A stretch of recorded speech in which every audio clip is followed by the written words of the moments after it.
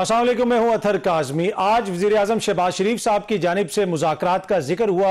उन्होंने कहा कि पाकिस्तान तहरीक इंसाफ अगर मुज़ाकरात की बात कर रही है तो हम भी मुज़ाकरात के लिए तैयार हैं, लेकिन पाकिस्तान तहरीक इंसाफ की किसी ब्लैक मेलिंग में नहीं आएंगे। इस मौके के ऊपर वज़ीर आज़म साहब की जानिब से मुज़ाकरात की ऑफर करना कितना इंपॉर्टेंट है। दूसरी जानिब हम देख रहे हैं कि आज एक दफा फिर इमरान खान साहब की बहनों की मुलाकात खान साहब से नहीं करवाई गई। गुज़िश्ता 2 हफ्तों से जो हो रहा है वो हमारे सामने है। वहां पर वाटर कैनन का इस्तेमाल भी होता है। गुज़िश्ता रोज भी एक वफाकी वजीर ने कहा कि अब फरवरी 2026 तक खान साहब की कोई मुलाकात नहीं करवाई जाएगी। आज जो वज़ीर आज़म साहब का बयान है ये कितना इंपॉर्टेंट है, प्रोग्राम के पहले हिस्से में इस हवाले से गुफ्तगू करेंगे। PIA की निजकारी का अमल भी काफी हद तक मुकम्मल हो गया है, उसकी क्या तफसीलात हैं उस पर भी गुफ्तगू करेंगे। और प्रोग्राम के आखिरी हिस्से में ओवरऑल मुल्की सियासत पर गुफ्तगू करेंगे। प्रोग्राम के पहले हिस्से में हमें ज्वाइन कर रहे हैं नून लीग के लीडर मियां जावेद लतीफ साहब। मियां साहब, सर आपका बहुत बहुत शुक्रिया। पहले तो जरा ये बताइएगा कि ये जो मुज़ाकरात की ऑफर की गई है वज़ीरात की जानिब से, ये कितनी संजीदा है?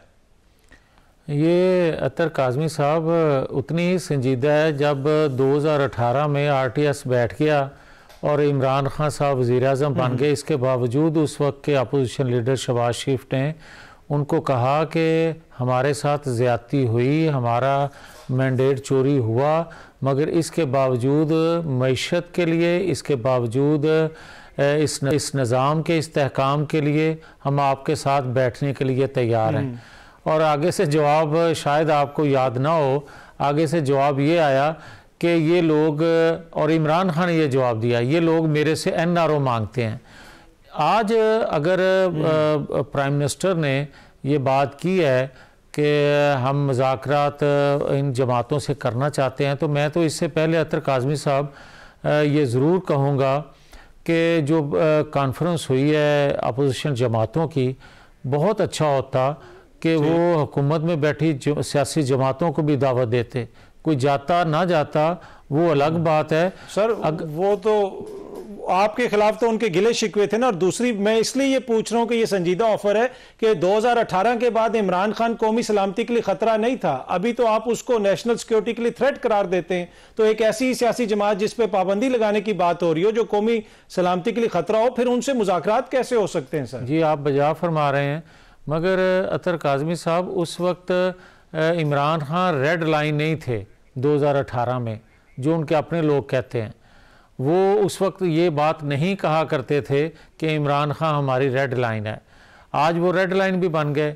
फिर आज जो उन पर मलबा है या उन पर बोझ है या वो एक बैगेज उनके साथ चल रहा है 9-10 मई का या 26 नवंबर का, वो भी नहीं था।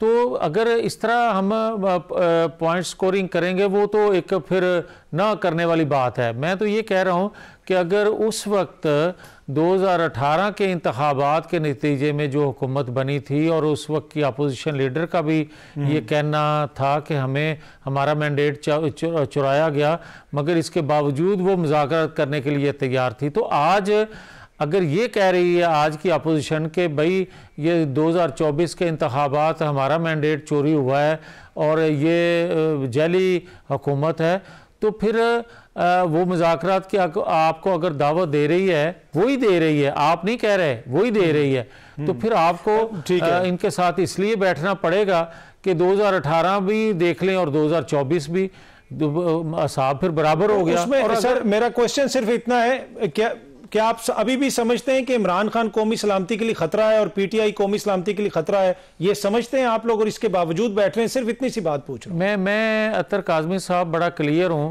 कि कोई सियासी जमात या सियासी लीडर खतरा नहीं हुआ करता रियासत के लिए, मगर उसका अमल जो है वो बता रहा होता है कि खतरा है या नहीं। देखें, मेरे साथ किसी और के साथ ज़्यादतियाँ हुई होंगी, हमारे दिल ज़ख्मी होंगे, मगर इसके बावजूद भी हम रियासत के लिए या आइन कानून की बालादस्ती के लिए या सिविलियन बालादस्ती के लिए आज भी हमारे दिल तड़पता है कि नहीं ये होना चाहिए। तो फिर आप यार ये तो बताएं ना कि हमने कभी 26 नवंबर का या 9-10 मई का तो तस्वर नहीं किया था। फिर हमने कभी ये तस्वर तो नहीं किया था कि मालियाती अदारों को हम खतूत लिखें। फिर हमने कभी ये तस्वर तो नहीं किया था कि हम अस्करी विंग बनाएं। मतलब बातें करने को बहुत हैं, मगर मैं तो नहीं उसमें सर आपने देखे ना, आप पे भी इल्जाम लगा था ना मियां साहब, जब मरियम बीबी पे बात आई थी तो आपने कहा था हम पाकिस्तान खप्पे का नारा नहीं लगाएंगे। आप पे भी गद्दारी का मुकदमा हो गया था। तो सियासतदान जज्बात में आके बात कर देते हैं। ये बात बार बार क्योंकि हो रही है तो मैं आज इसको थोड़ा सा वजाहत से अर्ज कर दूं। जब कहा गया था कि मरियम नवाज शरीफ को स्मैश कर देंगे, तो उस वक्त के एक जर्नल ने कहा था और हमारी जमात के अंदर से किसी ने 2 दिन तक जवाब नहीं दिया था, तो मुझे तकलीफ़ थी। मैंने ये कहा था कि हम वो लोग नहीं हैं कि बेनज़ीर भुट्टो का कत्ल हो जाए और बेनज़ीर भुट्टो अपनी ज़िंदगी में नाम ले कि ये लोग अगर मेरे साथ हादसा पेश आया तो ये मुलव्वस होंगे। तो बेनज़ीर के साथ हुकूमत उन्हीं लोगों के साथ बेनज़ीर की जमात ने मिलकर बनाई और कहा पाकिस्तान खप्पे। मैंने ये कहा था कि हम पाकिस्तान खप्पे इसलिए नहीं कहेंगे कि हमने हुकूमत करनी है, हम उनके साथ बैठ रहे हैं तो दूर की बात, हम उनको कटहरे में लेके आएंगे जिन्होंने ये बात की है। हम उनके साथ बैठ के हुकूमत बनाने को तरजीह नहीं देंगे। मैंने ये बात की थी और आज भी ये बात करता हूं कि यार कोई अतर काज़मी साहब तरीका नहीं है कि आप एक अदारे में बैठे हैं, जितने भी आप बाइख्तियार हों, मगर आप किसी की ज़िंदगी के हवाले से फैसला सुना दें या आपकी कोई बात ना माने और आप इस तरह का थ्रेट दे दें उसको, ये कोई मुनासिब बात नहीं होती। जिस तरह के मैं ये कहता आ रहा हूँ कि मुझे मेरे पे जब तशद्दुद करते थे, जो आप बगावत का केस कह रहे हैं, तो उस पर जो करने वाले थे वो ये कहा करते थे साड़ी भी जान छुड़ा, तो वो तेरी जनरल फैज़ हमीद जड़े ने वो आवाज़ सुनना चाहते ने चीखां दी। तो मैं तो अपनी ज़ुबान अपनी दांतों के नीचे रख लेता था, इसलिए कि कमज़ोर आदमियों कहीं वाकई चीख ना निकल जाए। तो हमने तो इस तरह का वक्त भी गुजारा हुआ है। अच्छा मियां साहब, हमने तो आपको भी याद होगा और उस वक्त भी मैंने कहा था कि मियां जावेद लतीफ़ साहब गद्दार नहीं है और जिस किस्म का मुकदमा बनाया जा रहा है ये मुनासिब नहीं है। लेकिन आज जिस किस्म के मुकदमे आपके मुखालफिन पे चल रहे हैं, अब ये तोशा खाना में जो सजा हुई है, आप समझते हैं सर कि ये जेन्युइन एक कानूनी प्रोसेस मुकम्मल हुआ है और उसके तहत खान साहब को सजा सुनाई गई है और बुशरा बीबी को? अब आ जाएं अतर काज़मी साहब, हमारी अदालतें जितना आज़ाद होती हैं वो आपके इल्म में है। मुझे कहने की ये इजाज़त दें कि जुल्फ़कार अली भुट्टो को फांसी हुई अदालत ने दी। मुझे ये बताएं कि नवाज शरीफ हाईजैकर बनाए सज़ा दी अदालत ने दी। मुझे ये बताएं कि बेटे से तनख्वाह ना लेने पे नवाज शरीफ को तीसरी दफ़ा हुकूमत उसकी गिरा दी गई, क्या उस वक्त के फ़ैसले दुरुस्त थे? नंबर 1। नंबर 2, मैं ये अर्ज़ करूँगा 9-10 मई हो गया, ये तो कल की अभी बात है ना, बहुत पुरानी बात नहीं है। 9-10 मई हुआ, इमरान खान को गिरफ्तार किया, वाक़या तो हुआ था ना, मगर चीफ जस्टिस बदयाल साहब ने इमरान खान को अदालत में किस तरह रिसीव किया और क्या कहा, गुड टू सी यू। कभी कोई इस तरह जस्टिस जो हैं अपनी अदालत में, जितना भी आपके नज़दीक कोई मोतबर हो या आपका करीबी हो या जितना भी आप पसंद करते हो, मगर अदालतें इस तरह नहीं बोला करती, या इस तरह मुलजम आपके कटहरे में जब आए तो इस तरह नहीं कहा करती। और फिर जो बिहेव चीफ जस्टिस बदयाल साहब ने किया वो भी आपके सामने है। तो फिर आप आज अगर मेरे से सवाल करेंगे तो सर आप जवाब आप देख लें जो पहले होता है। तरमीम कर दी सर, अब तो 27वीं तरमीम आ गई, अब तो अदालतों को आप लोगों ने बिल्कुल एक तरह से इररेलेवेंट कर दिया। अब अदालत पे बहस भी नहीं होती। पहले रोज टीवी प्रोग्राम्स होते थे क्योंकि खतरा होता था कि शायद हुकूमत के खिलाफ कोई नोटिस वगैरह हो जाए, तो अब तो आपने बिल्कुल वो मामला वैसे ही ठंडा कर दिया है। तो इस वजह से अब तो कोई गिला शिकवा नहीं होना चाहिए। नहीं, अतर काज़मी साहब, हमने नहीं किया। मैं हमसे मुराद जो वक्त की हुकूमत है इन्होंने नहीं किया। उसकी वजह मैं बताता हूँ कि क्या मुझे ये कोई बताना पसंद फरमाएगा कि जस्टिस शौकत सिद्दीकी साहब के पास कौन गया था? अदलिया आज़ाद थी। उन्होंने अपने चीफ जस्टिस को, उन्होंने अपने दीगर जस्टिस साहबान को ये गोशगुजार नहीं किया था। उन्होंने फिर नहीं उनकी सुनी गई तो वो हाई कोर्ट बार में गए, उन्होंने वहां जाके सब कुछ बताया। फिर उनके साथ क्या हुआ? फिर मुझे ये बताएं, आज हम अदलिया की आज़ादी की या बात करते तो हैं, मुझे ये बताएं सेठ वकार, जस्टिस सेठ वकार साहब ने जो एक तारीखी फैसला दिया था, तो इमरान खान साहब ने उस चीफ जस्टिस को और उनके वज़रा ने क्या पागल नहीं कहा था? फिर उनके मतलब क्या कुछ नहीं कहा गया था? फिर मुझे ये बताएं कि उस वक्त तो कुछ नहीं अभी हुआ था, इमरान खान बरसरे इक़्तिदार थे, तो आप ये बताएं कि जस्टिस काजी फायज़ ईसा, आज उनके मतलब बहुत से सवालात लोग उठाते हैं या बातें करते हैं, उस वक्त तो कोई नहीं करता था जब फैज़ाबाद धरने के हवाले से उन्होंने जस्टिस दिया था और फिर उनके साथ जो सलूक हुआ था। भाई जो जस्टिस या जो अदलिया में बैठे अच्छा काम करते हैं, आइन कानून के मुताबिक जुर्रत से फैसले देते हैं, फिर क्या हम उनके पीछे खड़े होते हैं? नहीं खड़े होते। तो फिर दूसरे जस्टिस भी आते हैं, शेख मुनीर भी आते हैं, तीसरे चौथे भी आते हैं, जस्टिस साकिब निसार भी आते हैं। अभी देखें ना, आपने उस दौर का जिक्र किया और बहुत सारे जो आपने वाकयात गिनवाए उससे कोई इनकार नहीं कर सकता, लेकिन मौजूदा दौर में भी जज साहबान खत लिख रहे हैं, मुदाखलत का जिक्र हो रहा है। एक जज साहब ने हल्के खोले तो उनकी डिग्री जाली निकल आई, उन्हीं को घर भेज दिया गया।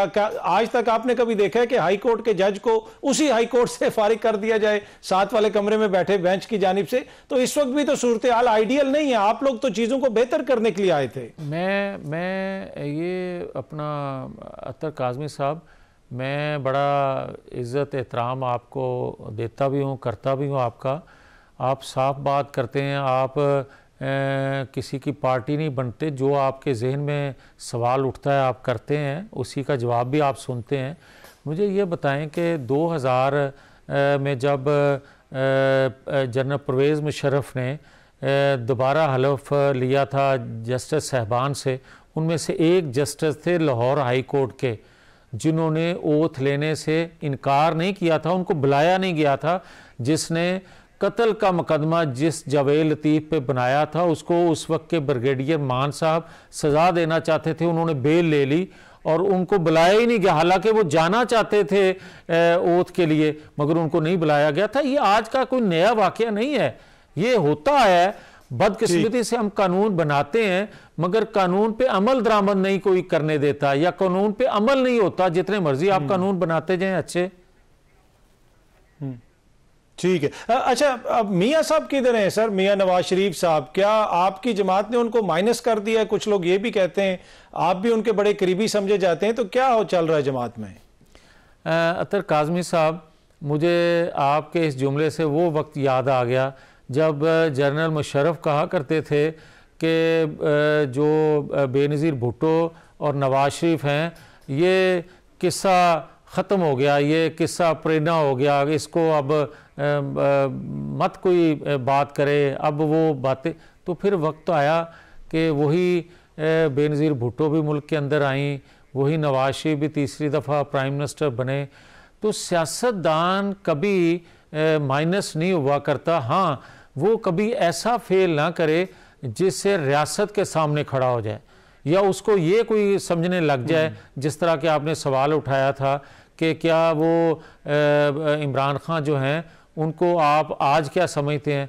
मैं तो अगर कभी आपको ये सवाल करने की शायद ज़हमत ना उठाना पड़ती इमरान खान के हवाले से, मैं सबसे पहले बोलता, अगर 9-10 मई ना किया होता, जब पेट्रोल बम ना गिराए जाते आइन कानून नाफज करने वाले अदारों के ऊपर, या वो ज़ेन साजी ना की जाती 10-12 साल, उस वक्त के रियासत के वसाइल इस्तेमाल करके, उस वक्त के पावरफुल लोगों के इख्तियार इस्तेमाल करके, जो ज़ेन साजी आज का जो 22-23 साल का नौजवान है, जो उस वक्त 12-13 साल का था, आज जो कुछ सोशल मीडिया पे वो कह रहा है, तो नवाज शरीफ की दुश्मनी में इतना आगे चले गए थे कि आज वो हम सब भुगत रहे हैं।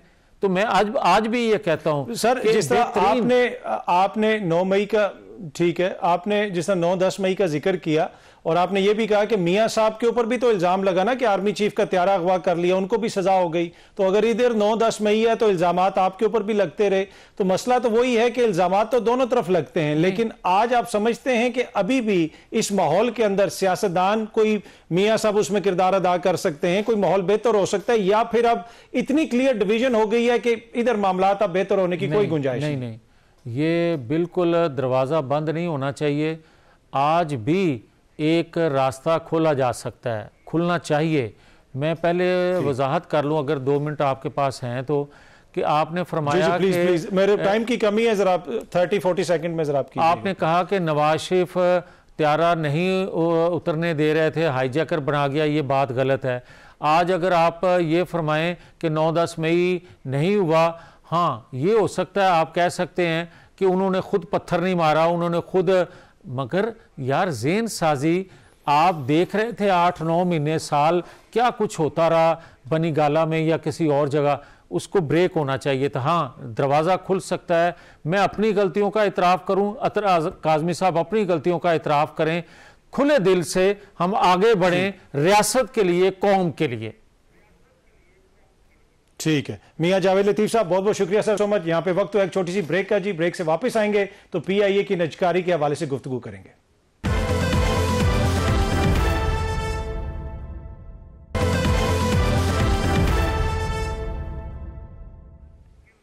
वेलकम बैक जी। अब थोड़ी सी बात कर लेते हैं PIA की निजकारी के हवाले से। आज हुकूमत ने आरिफ हबीब ग्रुप को PIA के 75% शेयर्स तकरीबन 135 अरब रुपए में बेच दिए, लेकिन अगर आप कैश को देखें तो जो हुकूमत को मिलेगा वो तकरीबन 7.5% है, जो बनता है तकरीबन 10 अरब, यानी 10 अरब रुपए कैश में PIA के 75% शेयर्स आज इस कंसोर्टियम को दे दिए गए। इससे पहले अगर आप देखें तो बहुत सारी ऐसी खबरें आती रही, हुकूमती शख्सियात की तरफ से भी इस तरह की बातें होती रही गुज़िश्ता 1.5-2 साल के दौरान के बैनुल-अक़वामी सरमायाकारी आएगी, इंटरनेशनल कंपनियां आएंगी, लेकिन आज हमने देखा कि जब PIA की निजकारी हुई, ना कोई इसमें बैनुल-अक़वामी कंपनी थी, ना कोई बैनुल-अक़वामी हुकूमत थी जो इंटरेस्टेड थी।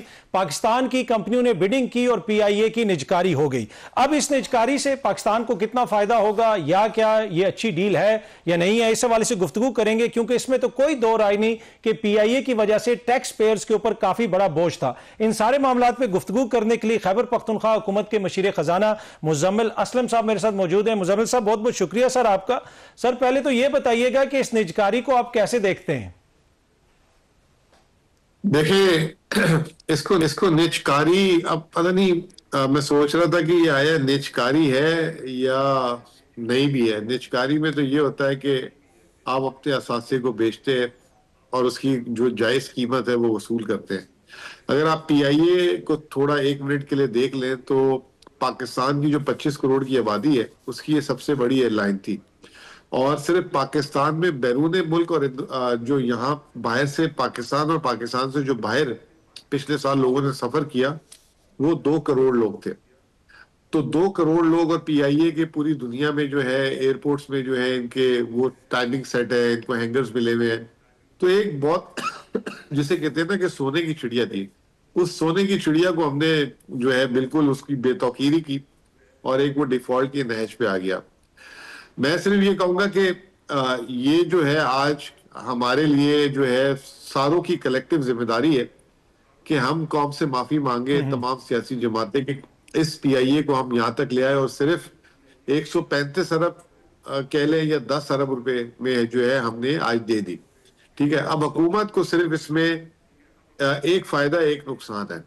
फायदा ये है कि जो सालाना जो 60-70-80 अरब रुपए जो है जो हुकूमत जो है क्या कहते हैं इसके लॉसेस में भरती थी, खर्च करती थी इस पे, तो हाँ, तो वो जो है आज हुकूमत की इसमें जान छूट जाएगी, नंबर 1। नंबर 2 जो इसमें नुकसान वो ये है कि ये जो कंपनी है, हुकूमत ने सेल्स टैक्स भी माफ कर दिया। हुकूमत ने जो PIA की जो लाइबिलिटीज थी 700 वाजिबात जिससे कहते हैं 700 है या 800 अरब रुपए, वो अपनी तरफ कर ली। उसके जो मुलाजमीन है वो भी जो है उनको कह दिया कि 1 साल के बाद वो भी बेशक आप वापस हमें कर दें उनकी पेंशन ये वो। तो हुकूमत ने एक बेसिकली बना बनाया जो है जिसे कहते हैं सौदा जो है सामने दे दिया। अब मैं उम्मीद करता हूं कि जैसे 1990 की दिहाई में हमने सीमेंट कंपनियां, बैंकिंग कंपनियां इसी तरीके से दी थी, आज वो पाकिस्तान की सबसे बड़ी जी टैक्स जी। पेयर कंपनियां बन चुकी हुई हैं, ठीक है, जो हुकूमत पाकिस्तान को टैक्स में काफी कंट्रीब्यूट करती हैं।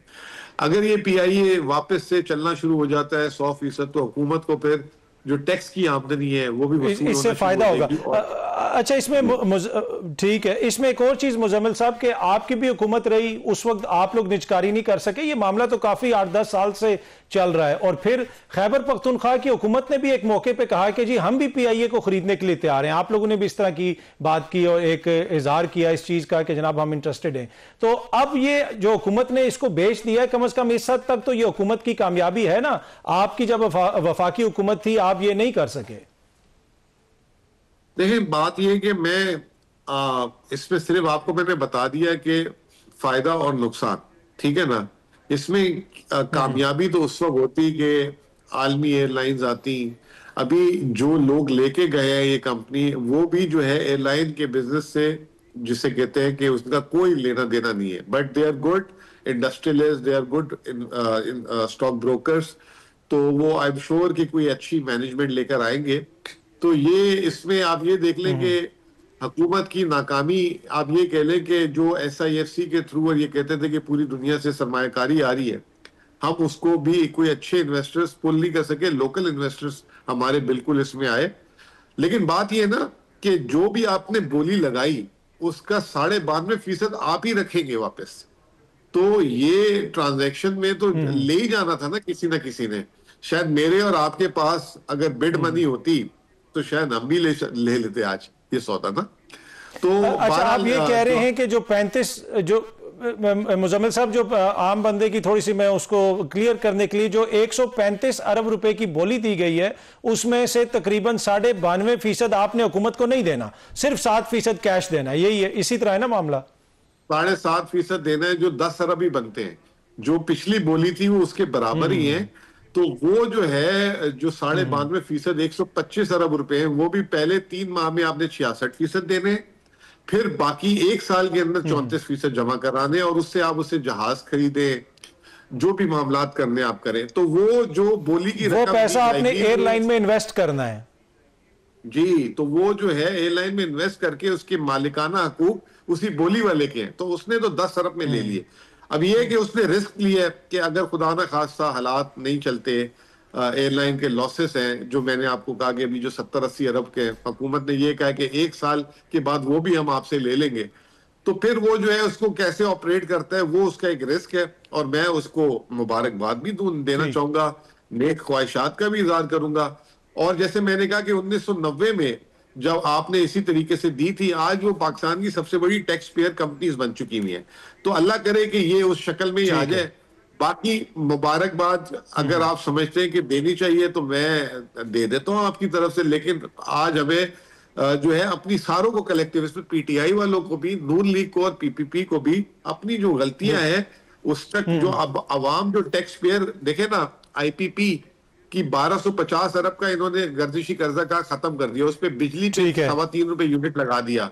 अभी सर्कुलर डेट गैस का कह रहे खत्म करेंगे, 5 रुपए पेट्रोल की कीमत बढ़ाने की बात कर रहे हैं। इसी तरह ये 800 अरब जो PIA के वाजिबात है जो हुकूमत ने दे दी है, वो भी टैक्स पेयर नहीं वापस करने हैं। तो कौम से हम सारों को शर्मिंदगी का इजहार करना चाहिए कि देखें ये हमसे माजी की गलतियां जो हमारी है। जी जी, इसमें देखें ये माजी की गलतियां तो हैं, लेकिन एक और जो इशू है वो ये है कि अब यहां से आगे जो फॉरेन इन्वेस्टमेंट की बात होती है, वैसे तो गुज़िश्ता 2-3 सालों से मसलसल कहा जा रहा है, वो आपको आती भी नजर आ रही है। अगर कोई स्ट्रक्चरल चेंजेस वगैरह भी हुई हैं तो वो फॉरेन इन्वेस्टर क्यों नहीं अट्रैक्ट हो रहा, उसकी बुनियादी वजह क्या, जरा ब्रीफली मुझे बताइएगा। देखिए, पॉलिसी कंसिस्टेंसी नहीं है ना। नेट मीटरिंग दी थी, वो नेट बिलिंग हो गई है, ठीक है ना। ओवरनाइट हम जो है ना rules of the game change कर देते हैं, फिर आपकी अदालतों से भी जो है आपको वो नहीं मिलता। तो वो ये तमाम चीजें, फिर आपके एक्सचेंज रेट अनसर्टन है। अभी ये नहीं पता कि 25वें के बाद फिर 26वें प्रोग्राम में चले जाएं। अभी आप देख रहे थे कि पिछले दिनों डॉलर की भी बातें आ रही हैं कि फिर डॉलर मार्केट में किल्लत हो गई है। तो ये तमाम चीजें इन्वेस्टर, जो फॉरेन इन्वेस्टर, वो कहता है कि जैसे मैं बहुत फॉरेन इन्वेस्टर्स को हम भी लेकर आए हैं मुल्क में, तो वो कहता है कि मैं 100 रुपए के डॉलर में लाया था पाकिस्तान में अपने डॉलर, और अब 300 का हो गया है, तो मेरे तो जो है ना 66% तो वैसे ही नुकसान हो गया करेंसी में, फिर उसके बाद भी आप प्रॉफिट्स बाहर नहीं भेजने देते।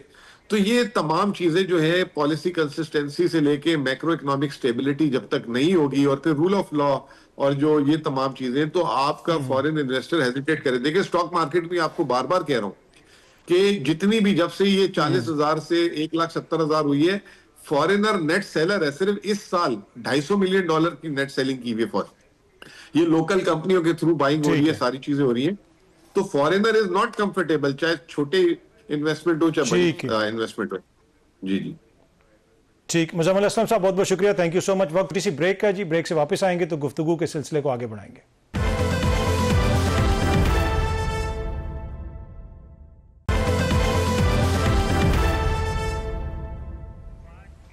वेलकम बैक जी। सीनियर सहाफ़ी हफीजुल्लाह नियाजी साहब ने हमें ज्वाइन किया। नियाजी साहब बहुत बहुत शुक्रिया सर आपका। सर आज जो वज़ीर आज़म साहब की जानिब से मुज़ाकरात की बात हुई है, पहले कुछ आवाज़ें हमें तहरीके तहफ़्फ़ुज़ आईन पाकिस्तान की जो कॉन्फ्रेंस हुई थी उसमें से भी आई, अब वज़ीर आज़म साहब की जानिब से एक रद्द अमल आना, क्या आप समझते हैं कि सर कोई बामानी किस्म के मुज़ाकरात इस स्टेज पर हो सकते हैं? बहुत बहुत शुक्रिया अतर। देखिए दो बातें ज़हन में रखें, अगर तो बामानी और नतीजा खेज को मुज़ाकरात हो रहे हैं तो उसके बारे में कभी ढंढोरा नहीं पीटा जाएगा। और इसका मतलब ये नहीं कि जो बातें कही गई हैं ये इसके अंदर कोई सब्सटेंस नहीं है, लेकिन ये बातें बारह सत्ताई हैं। एक होता है ना कि अतमाम हुज्जत के लिए, तो उन्होंने चूंकि बड़ा फोर्सफुली उनकी ने कहा कि हुकूमत जो है आइन पे कानून पे हमारे साथ बात करे, जो कि जायज़ मुतालबा है। हुकूमत ने आज उसको उसी तरह जवाब दिया है कि जी हम हर कानूनी हर आइनी चीज़ के ऊपर बात करने पर तैयार हैं। उन्हीं के स्टेटमेंट को रीफ्रेश करके आज कैबिनेट मीटिंग में शहबाज शरीफ ने दोहराया, और वो दोहराने का मकसद ये था कि वो पूरा एयर हो, और उसके बाद पूरे मीडिया ने सारी कैबिनेट मीटिंग के जो जितनी दरमियान 15-20 गुफ्तगू की, उन्हीं दो चीज़ों को निकाल के सारा दिन ब्रेकिंग न्यूज़ रही है। तो मेरा ख्याल यह है कि मैं इसको कोई ज़्यादा कोई दूर रस या बामैनी नहीं देखता हूँ। लेकिन अगर फर्ज वाल पीछे अगर बैक डोर की बैक चैनल पर मुज़ाकरात हो रहे हैं तो अक्सर हो रहे होते हैं, अक्सर, चाहे 2014 का धरना था, चाहे 2022 के लॉन्ग मार्च इमरान खान साहब का मई में, आखिर वक्त तक कोई ना कोई आपस में एंगेजमेंट्स होती हैं, और कामयाब होती है नहीं होती वो अलग बात है। मेरा ख्याल यह है कि जो ये बयानात हैं इसको तो मेरे ख्याल अंतर हमें संजीदगी से नहीं लेना चाहिए। ये मीडिया कंजम्पशन के लिए, तमाम हुज्जत के लिए एक रस्मी बात है। अच्छा सर, आज फिर मुलाकात का दिन था, मुलाकात अब तक तो नहीं करवाई गई, और जो सूरत-ए-हाल पिछले 2 हफ्ते से बन रही है वो भी हमारे सामने है।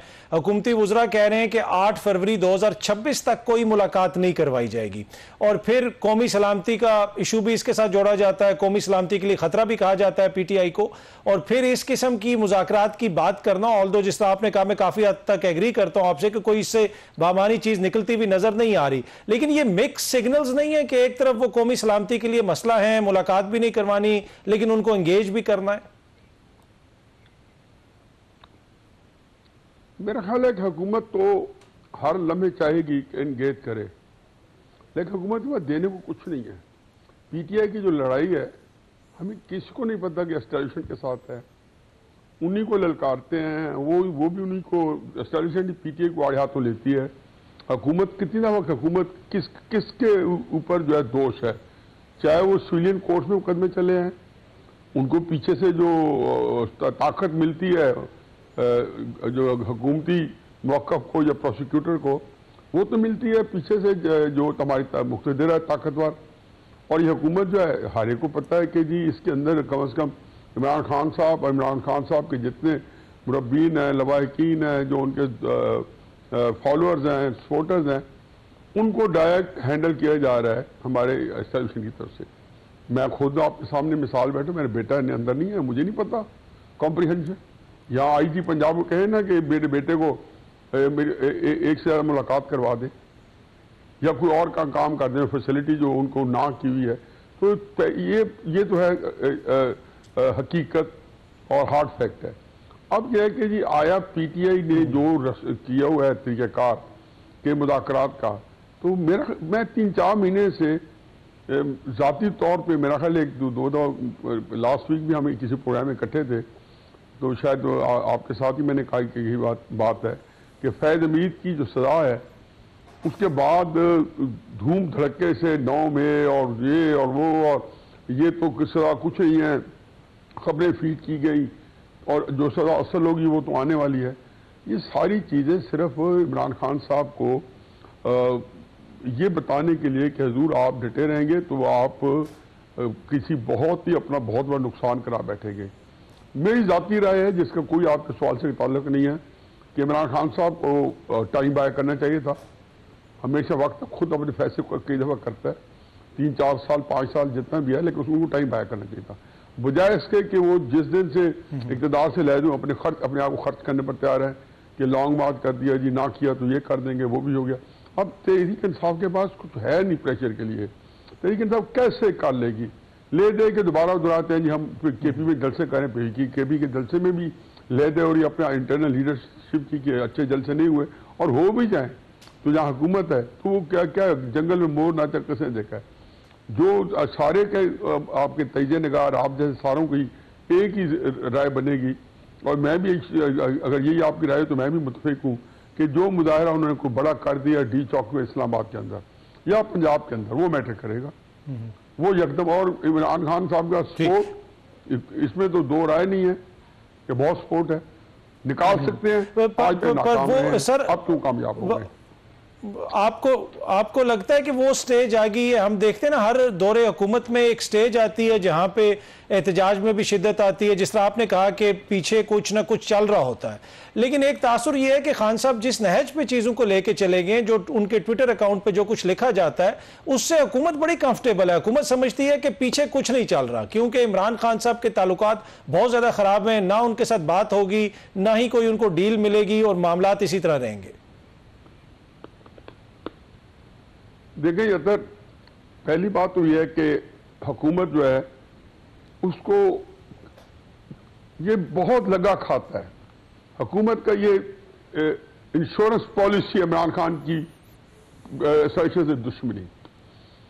नून लीग को 2018 में क्या एडवांटेज था कि नून लीग पहले दिन से वज़ीर आज़म शहबाज शरीफ ने क्या कहा कि हम मिसाक मईशत पेश करते हैं उनको इमरान खान साहब को, सारे जाके असेंबली में बैठ गया पूरा, क्यों मुज़ाकरात कर रहे थे। ये प्रेशर शुरू से इमरान खान पे पड़ गया था कि एसेशन को उन्होंने इंगेज करना शुरू कर दिया, कतई नज़र के कि 2018 में होपलेस कंडीशन होनी चाहिए मुस्लिम लीग नून के लिए, लेकिन हो चुके सियासी हिकमत अमली थी, उनका कुछ वेस्ट इंटरेस्ट भी थे, कोई लोग जो होते हैं उनका मिजाज ऐसा होता है कंप्रोमाइजिंग सा, तो चुरा लगे रहे। भारत एक दिन उसमें से उन्होंने होल निकाल ही लिया ना, और फिर 2019 के एंड से लेके और 2022 तक इमरान खान साहब को तो कोई कहता है जाने तो न जाने, गोली न जाने, पूरी दुनिया जानती थी जो सियासी मुबसरीन थे कि इमरान खान साहब के एस्टेब्लिशमेंट के दरमियान में एक दरार भी है और उनके अंदर इख्तलाफात की वो भी आ गई है। और उसी वजह ये थी कि वो शायद मजबूर हो जाते कि हर मामले पे अगर इमरान खान साहब जो है वो शहबाज शरीफ वगैरह जो है वो यही नवाज शरीफ वगैरह यही स्टैंड लेते हुए इमरान खान ने लिया हुआ है। अब क्राइसिस ये है कि अब ये सूरत हाल है कि यहाँ पे मुख्तलिफ है, यहाँ पे इमरान खान साहब का ये स्टैंड उनको वाराकार है, उनकी हुकूमत की गारंटी है। तो और दूसरा ये कि आप ये देखें कि इमरान खान साहब के जो मद मुकाबिल हैं, जिनको वो खुद उनका नाम लेके और मुख्तलिफ किस्म की जो भी ज़बान इस्तेमाल करते हैं, पता ही उसका इनको फ़ायदा होगा नुकसान होगा मुझे नहीं पता लॉन्ग रन पे, लेकिन वो कभी भी वो कहते हैं एस्थेटिक आइसोर है। एक बड़ा थोड़ा तकलीफ होती है कि इतना पढ़ा लिखा आदमी जो है इस नैज पे ज़ाती तौर पे किसी के शक्ल अकल नकल की जो है ना वो चीज़ उतारे। लेकिन सूरत हाल ये है कि उसको दूसरा देखें तो आसिम मुनीर साहब को अब मैनेज यार आपने तो नहीं किया कि ना पाकिस्तान को हम कहें कि पाकिस्तान ने किया है कि आज फाइनेंशियल टाइम भी उनके आर्टिकल लिखे, ये सारे अब मद मुकाबले कि यही फाइनेंशियल टाइम अगर ख़राब लिखता तो पीटीआई के रैंक्स में उसको बड़ा उछाला जाता। उसी ने आज जो एक्लेट्स दिए हैं, जो उनको खराज तहसीम हदिया तबरीक पेश किया, ट्रम्प का भी आज फिर बयान आ गया कि मुझे तो ये आसिम मुनीर ने जनाब 1 करोड़ बंदे की जानें बचाई हैं उन्होंने कहा मैंने, तो ये वो चीजें हैं कि तहरीक इंसाफ की सियासत जो है उनके बेकाबू हो गई है, उनका फरीक मुखालिफ जो है उसको नेचुरल सपोर्ट मिल रही है। इमरान खान साहब के पास नेचुरल सपोर्ट नहीं है। दूसरा बात यह कि जो कंफ्यूजन ये है जो बड़ा इंपॉर्टेंट है, यह कि इमरान खान साहब की पॉलिसी जो है उसके अंदर अभी से क्लैश आ गया। अभी कुछ चीज वाजे नहीं हुई कि क्या लाएमल क्या करना है। तो बहनों ने कहा जी हम फैमिलियां, वो बार बार कहते हमारे साथ से कोई तल्लक नहीं, लेकिन हतमी देते हैं कि ये सियासत होगी, ये नहीं होगी। और फिर अच्छा जही साहब के पास पूरा प्लान है कि मुज़ाकरात करें, आज भी दोहराया जा रहा है, लेकिन अच्छा उनके पास मुज़ाकरात नहीं करेंगे, इमरान खान साहब का धोखा होगा। ठीक है। अच्छा सर, इसमें एक और चीज भी, जिस तरह आपने भी अभी फाइनेंशियल टाइम्स के आर्टिकल का जिक्र किया, फील्ड मार्शल की उसमें बहुत ज्यादा तारीफ की गई है, बताया गया कि कैसे उन्होंने कामयाब सफारतकारी भी की, फिर जो जंग हमने जीती उसका बुनियादी किरदार है। ट्रंप भी उसके बाद से जो है हमारे हवाले से बड़ी अच्छी बातें कर रहे हैं, लेकिन इसमें कहीं पे आपको यह लगता नहीं है कि हुकूमत मिसिंग है? एक जो सियासी काउंटर नैरेटिव बनाना था वो हुकूमत के पास तो कुछ नहीं है, फिर इस्टेब्लिशमेंट के ऊपर आपको लगता नहीं है कि सियासी हुकूमत का बोझ भी पड़ता है? देखिए जी, मैं तो इसको जो है काउंट ही नहीं करता। मेरे नजदीक हुकूमत मिसिंग क्या है, हुकूमत इररेलेवेंट है। मैं क्या कर सकता हूँ? शौकत अजीज की हुकूमत थी, इससे पहले टोटल इररेलेवेंट थी। और ये हुकूमत जो है इसमें जो है अचंभे की बात इसलिए नहीं है, या मैं तो इसको इसलिए मजीद समझता हूँ कि जब वो खुद खुश हैं इस मकाम के ऊपर, जो मकाम ख्वाजी उनको मिला हुआ है आजकल, उसमें खुद खुश है, मुतमईन है।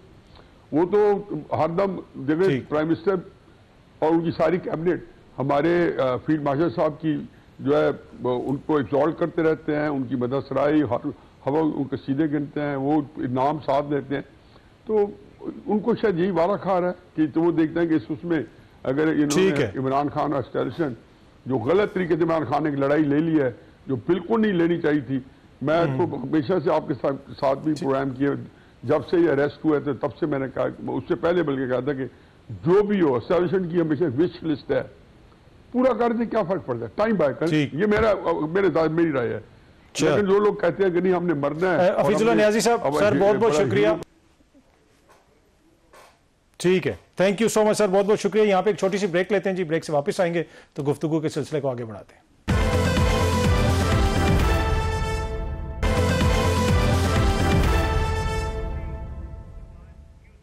वेलकम बैक जी। आपने गुफ्तगू सुनी, कल अगेन आपसे इसी टाइम पे मुलाकात होगी। Thank you very much.